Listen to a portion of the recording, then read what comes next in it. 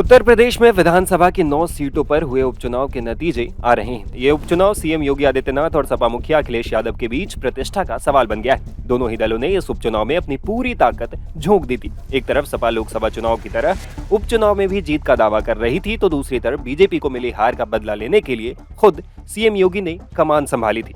अब इस जंग के नतीजे लगभग पक्के हो चुके हैं। यूपी की 9 विधानसभा सीटों पर हुए उपचुनाव में बीजेपी बाजी मारती दिख रही है। 7 सीटों पर बीजेपी और उसके सहयोगी दल या तो जीत दर्ज कर चुके हैं या फिर निर्णायक बढ़त बना चुके हैं।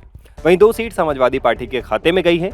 आइए इन सभी 9 सीटों का हाल आपको बताते हैं। मैनपुरी की करहल सीट पर समाजवादी पार्टी ने जीत दर्ज की है। यहाँ सपा उम्मीदवार तेज प्रताप यादव ने करीब 15,000 वोटों से जीत दर्ज की है, जबकि बीजेपी के अनुजेश यादव 89,000 वोट पाकर दूसरे नंबर पर रहे। सीसामऊ सीट पर समाजवादी पार्टी की नसीम सोलंकी ने बाजी मार ली है। उन्होंने अपने निकटतम प्रतिद्वंदी सुरेश अवस्थी को करीब 8,500 वोटों से पीछे छोड़ दिया।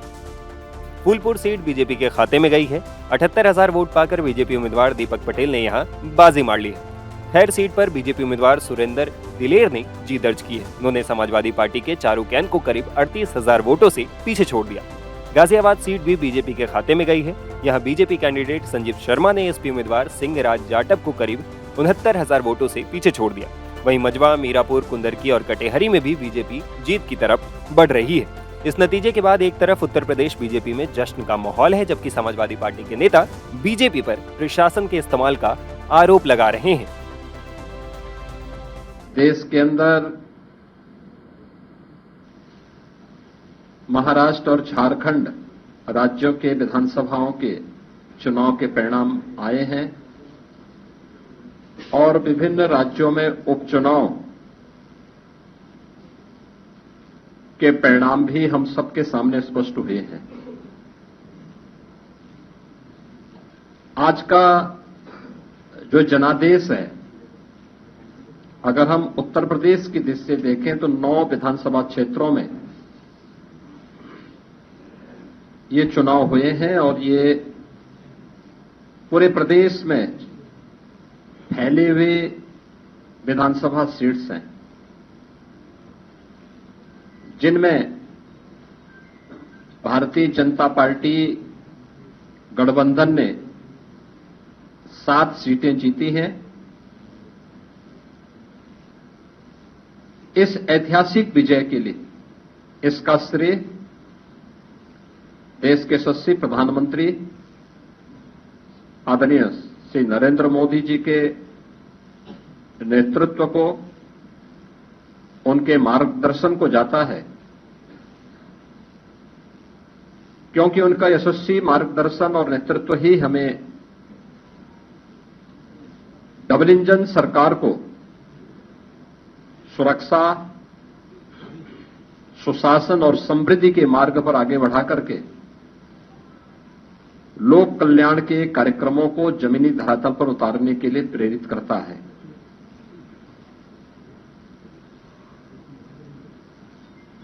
ये प्रधानमंत्री मोदी जी के यशस्वी नेतृत्व पर जनता जनार्दन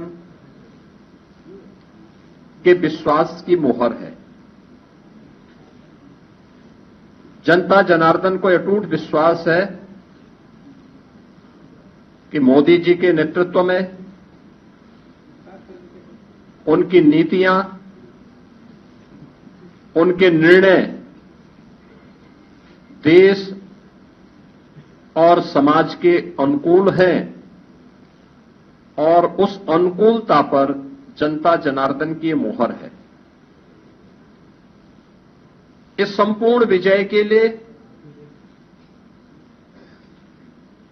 मैं भारतीय जनता पार्टी के उन सभी समर्पित पदाधिकारी और कार्यकर्ताओं को, जिन्होंने प्राण प्रण से जुड़ करके डबल इंजन सरकार के कार्यक्रमों को और उपलब्धियों को आम जन तक पहुंचाने का कार्य किया है, उन सबका मैं इस अवसर पर हृदय से अभिनंदन करता हूं और सभी विजयी प्रत्याशियों को मैं अपनी ओर से हृदय से बधाई भी देता हूं। हम सब जानते हैं कि पूरे देश के अंदर विरासत और विकास का एक बेहतर समन्वय प्रधानमंत्री मोदी जी के नेतृत्व में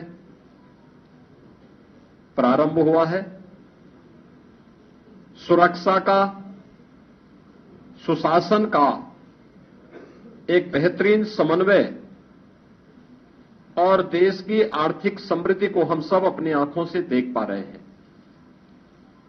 यह जो कभी सपना हुआ करता था, आज ये हकीकत में हम सबको नजर आ रहा है और इसीलिए आज उत्तर प्रदेश की विजय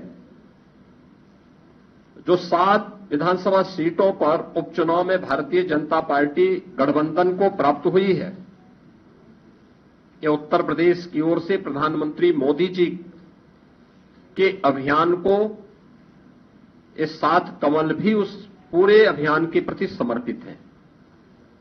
इसमें मीरापुर, गाजियाबाद, कुंदरकी, खैर, कटहरी, मझवा और फूलपुर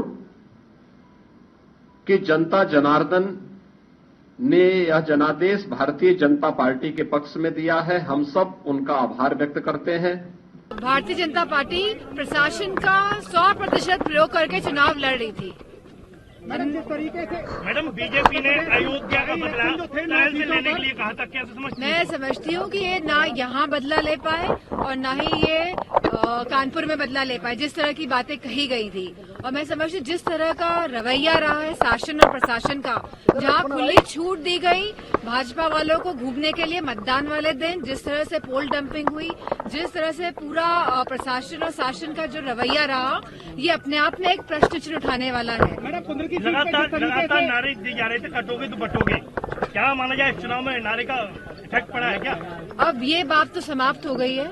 अब जो बात है वो अब वापस हमारे युवाओं के रोजगार पे, नौकरी पे, हमारे किसानों के खेत की जो बोरी जो नहीं मिल पा रही है, जिस तरह का भ्रष्टाचार है, उस पे आ गई है। मार्जिन कब रहा? 9 सीटों में से 2 सीटें समाजवादी पार्टी जीत पाई है। हम लोग आकलन कर रहे थे कि 5 सीटें जीत लेंगे, लेकिन प्रशासन के रवैये से और जिस तरह जो खुलेआम छूट दे दी गई थी भारतीय जनता पार्टी वालों को, लेकिन एक बात तो निश्चित है कि भारतीय जनता पार्टी कहीं ना कहीं डर रही है और इसीलिए पूरा पुलिस और प्रशासन का प्रयोग कर रही है। लेकिन मुझे खुशी इस बात की है कि हमारे कार्यकर्ता कहीं घबराए नहीं और इनका सामना मजबूती के साथ। मैडम, करेल का जो चुनाव हुआ उसमें बहुत कम मार्जिन रहा। जी, वो इसीलिए कम रहा कि प्रशासन की सख्ती की वजह से और जिस तरह इन लोगों ने हमारे वोट प्रतिशत को जो गिराने की जो इनकी रणनीति थी, वो जो कामयाब हुई है, इस वजह से प्रतिशत कम वोट कम मैडम, करेल में वो कम रहा है। करेल में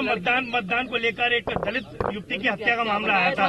कैसा लगातार बीजेपी वाले खाली अफवाहें फैलाने में माहिर हैं और जो जमीनी स्थितियां हैं उनमें परिवर्तन ला नहीं सकते ये लोग। कुंदर की सीट जिस तरीके से सपा के लिए सुरक्षित थी सीट मैडम, और वहाँ ये बहुत ही अनफॉर्चुनेट है कि जिस तरह ये डेमोक्रेसी है, जो लोकतंत्र है, जिस तरह से लोकतंत्र में शासन, प्रशासन और बल का प्रयोग करके इन लोगों ने उपचुनाव में सीटें जीती हैं। पर ये हमेशा से भाजपा की जो है, ये इनका जो कैरेक्टर है, ये इसी तरह का है।